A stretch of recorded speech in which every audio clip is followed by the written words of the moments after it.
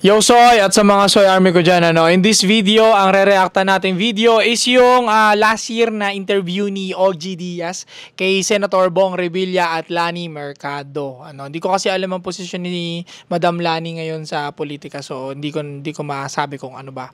So ito nga, sabay-sabay natin panoorin.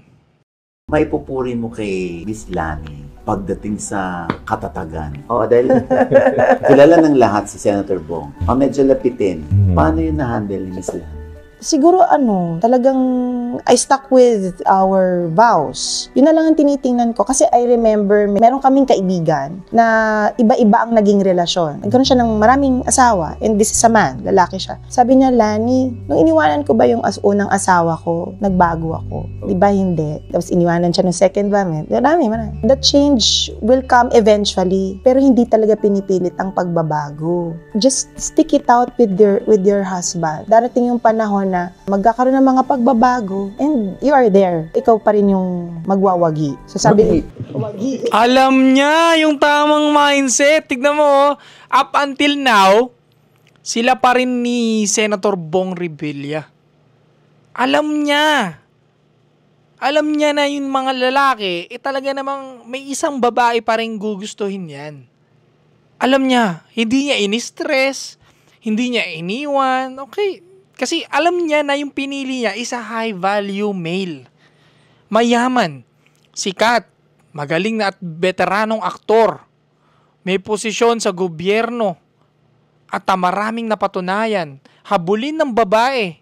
Kasi one of a kind, Bong Revilla. Diba?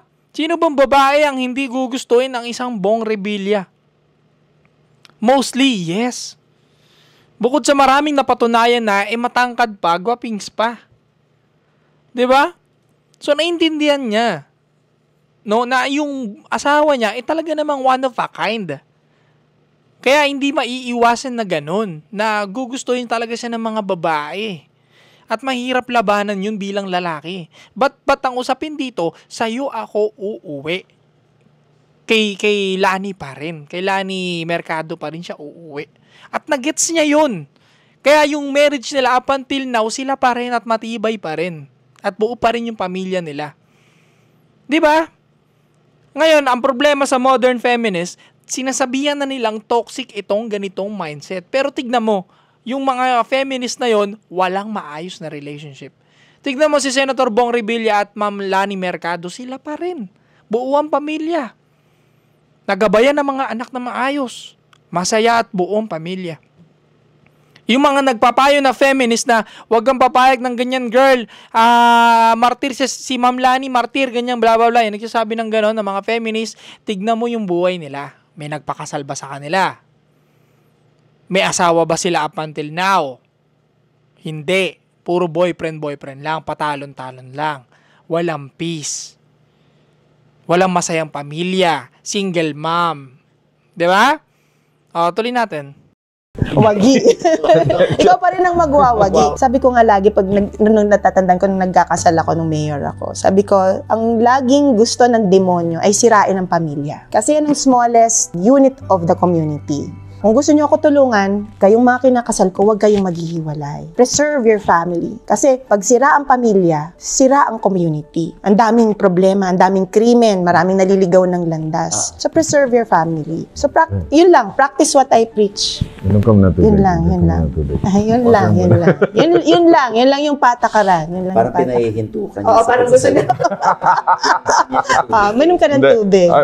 So, totoo lang, yung tiwala niya, yung pagmamahal niya sa akin, pagmamahal sa anak niya, hindi nauubos. Yung pasensya. Minsan, konti na lang. Minsan, konti na lang. Sa totoo lang, sabi ko sa sarili ko, pag nakaharap ko si Miss Lani, ito lang ang tatanong ko, paano mo na-handle yun? Alam kong mahal niya ako. At the end of the day, tanungin mo siya, maghiwalay na tayo. Hindi. Sabi niya hindi. Nag-date one? Oo, maraming beses. Hiwalay na tayo, ayoko na, pagod na ako. Hindi niya sabihin hindi. Sinasabi ko nga kung mamamatay ako, mabubuhay muli siya pa rin ang tituloy. Paulit-ulit yan. At mamahalin habang buhay. So, paulit-ulit yan. Yung sinasabi niya na hindi at gusto niya ikaw pa rin. Pinatunayan naman niya. Nandito pa rin siya. May pagtataka ba po? Ako rin pala. Bakit merong iba? bang iba? Men are created polygamous. Very Alam niya. Di ba? Alam niya rin na ang men are created polygamous. Alam niya talaga. This woman, she knows everything about men. Kung paano mag-isip ang lalaki, alam niya. Kaya siya, tama nga yung sinabi ni Ma'am Lani, siya ang nagwagi. Siya pa rin ang kasama sa dulo. Di ba? Is it toxic? Hindi. Mas toxic yung katulad ninyo na watak-watak ang pamilya. Kasi mas pinili ninyo na magalit sa mga lalaki ninyo, instead, intindihin yung nature ng lalaki. Nature nga ng lalaki talaga, sumide chick. I know, it's not good. Hindi rin tama yun morally. Pero nga, ang sinasabi ko, nature nga yun. Kagaya ng babae kung bakit sila nireregla. Or kung bakit yung mga babae tinawag na taga-extract ng resources. 'Di ba? Nature din kasi ng babae yun. Nature din ng babae na maging manipulative para makasurvive. Manipulative sila lagi sa mga relationship. Pansin niyo yan. Walang accountability. Yan, yamot na yamot yung mga lalaki sa babaeng walang accountability, di ba? Pero nature kasi nila yun. Iniintindi natin sila sa part na yon, na medyo dramatic sila, emotional being sila, masyado silang madrama sa buhay. Nature ng babae yon, which is we understand. The problem nowadays, yung mga babae, they don't understand our nature. Ang gusto lang nila, intindihin natin yung nature nila, but they don't want to understand our nature, kung paano gumagana. Yun ang problema sa marriage nowadays, kung bakit hindi na epektibo at lagi nagkakaroon ng hiwalayan.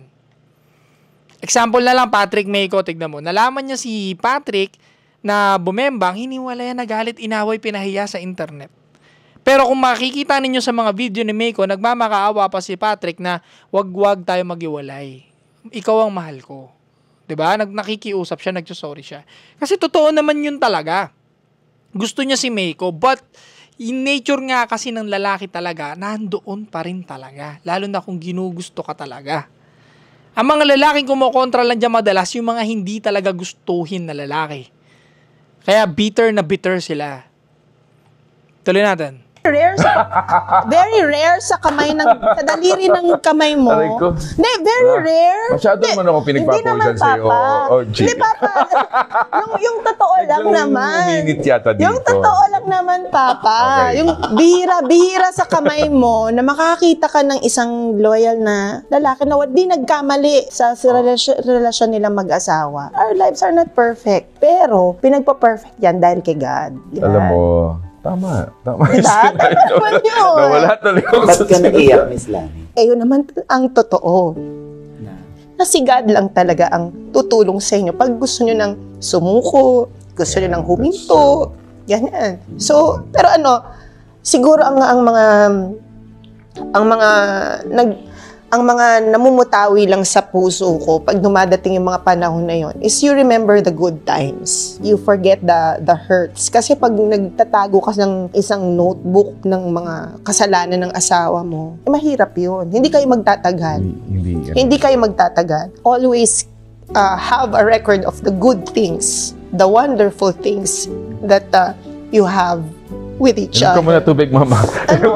Dito dapat kayo nakikinig, girls, ng payo sa ganitong klaseng babae. Kasi sila na-maintain nila ng ilang dekada yung marriage nila eh.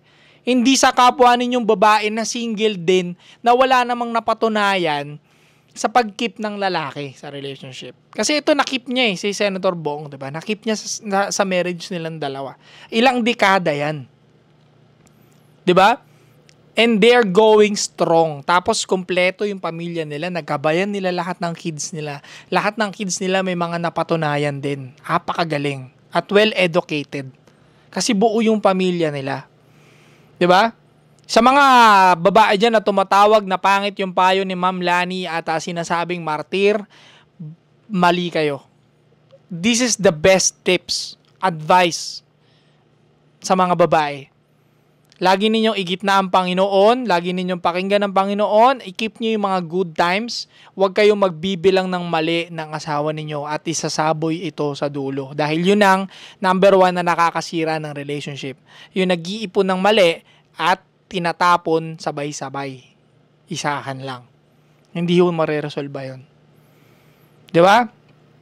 At wag ninyong kakalimutan yung good times dahil naniniwala ako na mas marami palagi ang good times compare sa bad times in relationship. Kapag mas marami yung bad times dyan, yan ang hindi na normal. Pero nakikipagtalo ako sa inyo, mas marami pa rin ng good times na nangyayari sa relationship ninyo compare sa bad times. So wag kang magbilang na magbilang. At ilagay mo yung Panginoon lagi sa gitna ninyo. At tanggapin mo na may nature din ng mga lalaki, kagaya ng pagtanggap ng asawa mo sa nature ng babae na may pagkabuang minsan, emotionally ups and down, no? Unstable. Ganun talaga. Na mabuhay kayo ng kompleto ang pamilya dahil napakahalaga nun, no? In this society. Tama yung pinayo ni Ma'am Lani. Kapag hiwatak-watak ang pamilya, masisira ang community. Correct po yun. Doon po napuproduce yung mga kriminal, madalas sa mga watak-watak na pamilya talaga. Mga nakakagawa ng mali. Hindi naman palagi, pero in most cases. Hindi naman palagi. Again, in most cases lang. So yun, sana may natutunan kayo at mag-ingat kayo palagi. Stay cold.